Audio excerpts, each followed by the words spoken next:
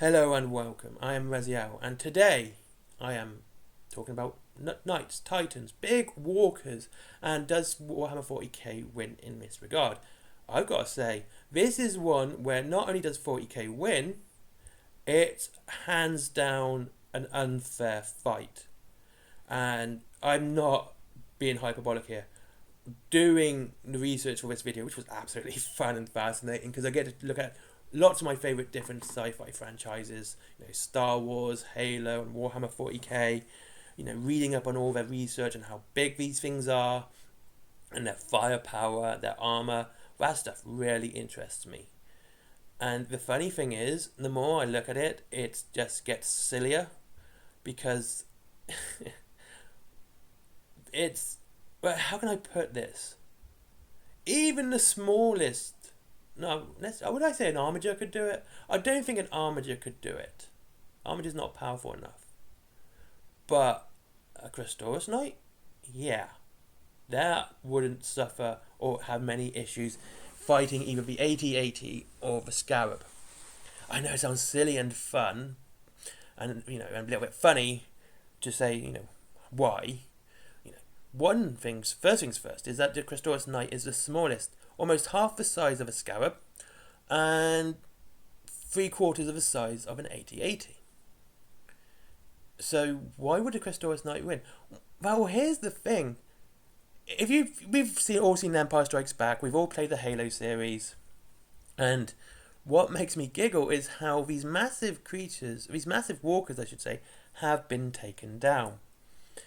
I know the common one with the AT-AT is the tow rope. Anything with legs can be tripped up. Even the knights can do that. That's not an issue. I'm not going to address that because that's a weakness with anything with legs. However, AT-ATs and Scarabs can be taken down by a single person. Yes, a single person. And it happened. In The Empire Strikes Back, don't forget, Luke Skywalker literally ran underneath one of the AT-ATs, grappled up, opened a hatch with his lightsaber, lobbed a grenade in, destroyed an AT-AT. Halo. Every time you go across a Scarab in Halo, the easiest and most fun way, in my opinion, is to jump on board, kill everyone, and take out the main generator. That's how you kill a Scarab. Notice the thing here, you need to have, the fact that someone can just get on board these things and blow it up shows you that they have a massive weakness. A weakness that is not really shared in the big titans in 40k. Because even though it was a Spartan that did it in Halo 2, 3 and 4, it was... he was force sensitive, but it wasn't anyone who was a superhuman who did it in Empire Strikes Back. But going across the Christoris like this, you're gonna have a problem. It's not gonna happen. Even if you go up against a Reaver, look at how a Reaver is designed and how you have to get on. Even if you try to grapple her, I was looking at this at a Reaver, you still got a fair climb before you get to the main generator. You can't just throw a grenade at it. It's not going to happen. And let alone, you got to get in the shield as well. And void shields have a fun thing, where any projectile that hits them doesn't really displace the energy. It sends it to the warp. So running through a void shield may accidentally trigger you going into the warp.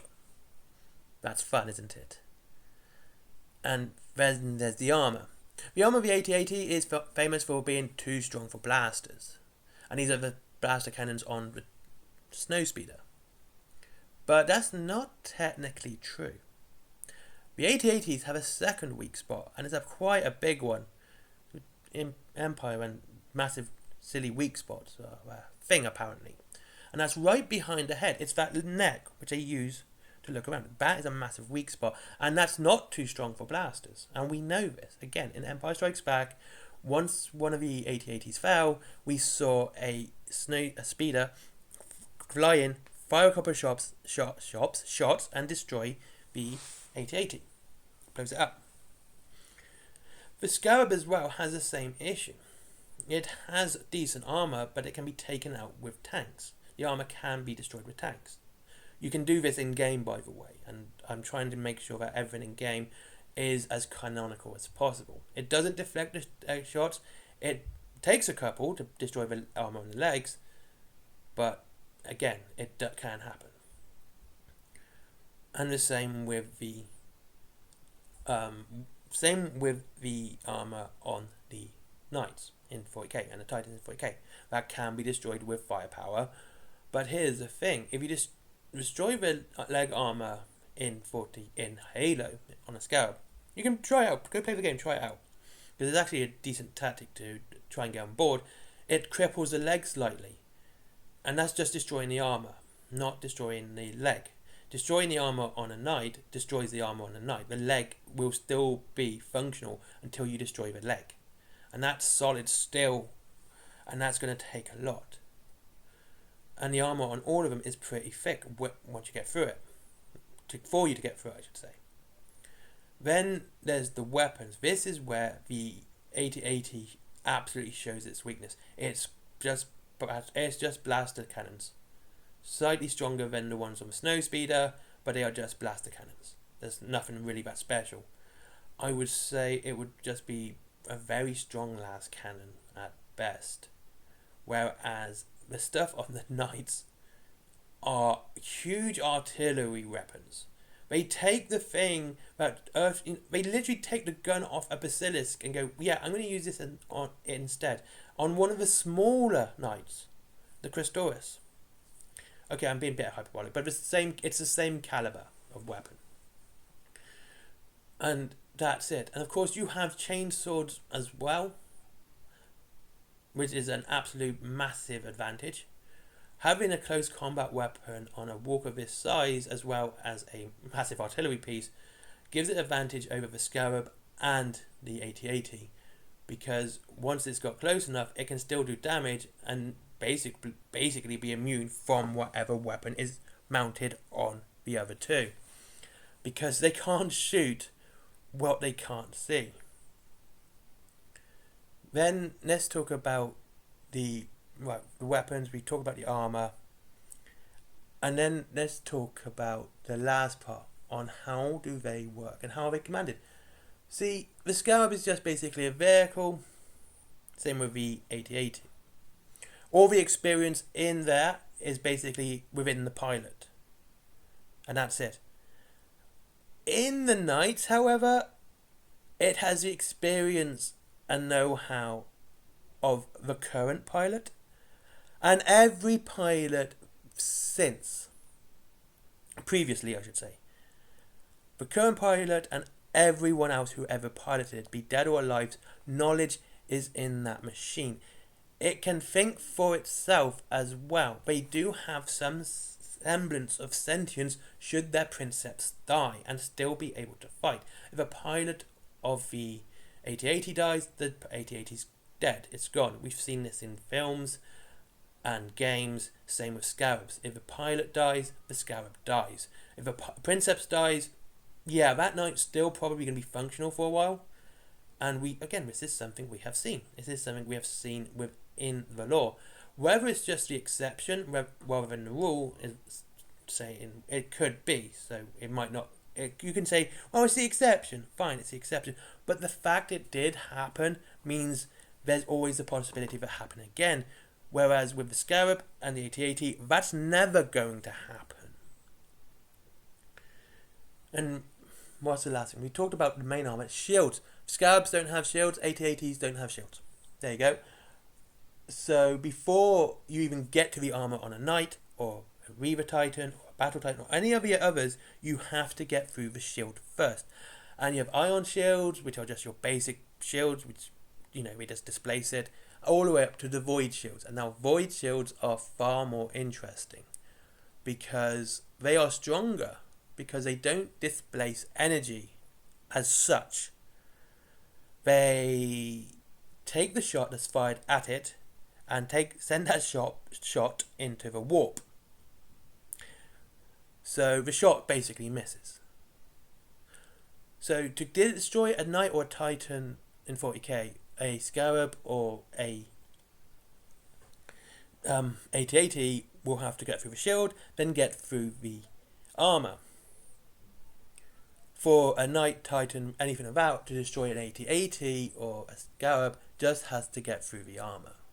And they have the weapons to do that.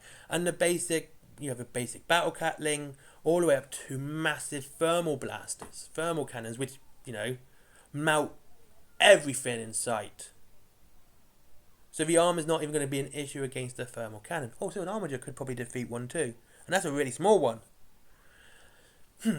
And so I didn't really discuss the Scarab main weapon. Now the Scarab has the massive plasma cannon, which I will be honest with you, if it would be easily, it would take a couple shots, but would be able to get through the armor and the shield of a Crestodorus Knight, but it will take a couple. Again, we see this in the game because it takes I think it takes 2 shots to destroy a Scorpion tank in Halo. Whereas exactly the cannon only takes 1 shot on the, what's it called, the Wraith? Yeah, the Wraith. The Wraith cannon only takes 1 shot. And those guys are snipers on Legendary, I swear to God. They really are. And so, it would be able to destroy a Crestodorus Knight. I wouldn't say it couldn't. But after you get to Crestodorus, yeah, things like the Warhound, it's not going to be that much of an issue by the time the Warhound decided, as the seen this thing hitting it, finally decided to fire back. And again, the weaponry on these Titans are just so insane. Firing motorbike-sized bullets at the Scarab. It's like if Master Chief just decided to fire Banshees at a Scarab. That is what would happen if a Warhound Titan decided to go against it. So yeah, I will never ever say that the one thing that 40k will lose at is its walkers, and especially its Titanic walkers. That is the one thing that they absolutely win on every time. There's no exception to that rule. The Titans, the Knights, they are so OP. They're so fun as well. But I do enjoy reading those. The stuff by Andy Clark was fantastic. But yeah, I do like it. You know, I'm sorry if I sounded too fanboy on this one. I did try to be as objective as possible. I really do on all these videos. And the walkers, I have to say, are my favourite type of vehicle in 40k. I love them so much. I think it's one of the reasons I don't do Gene Stealer cults. They don't really have any walkers of their own. They have sentinels, but you know what I mean. Anyway, thank you very much for watching. I hope you enjoyed this video. I'll see you all in the next one. And, of course, there's links to Wayland Games down below for up to 20% off your Warhammer and free delivery after £20. And there is also, what else is there? For Wayland Planet for comics, DVDs, mangas, t-shirts, clothes, toys, plushies, all that cool stuff as well. There is also my merchandise, comics, comics, t-shirts as well. And don't forget Skyforge. Give that guy a click. He's a good friend of mine. And see you all in the next one. Bye-bye.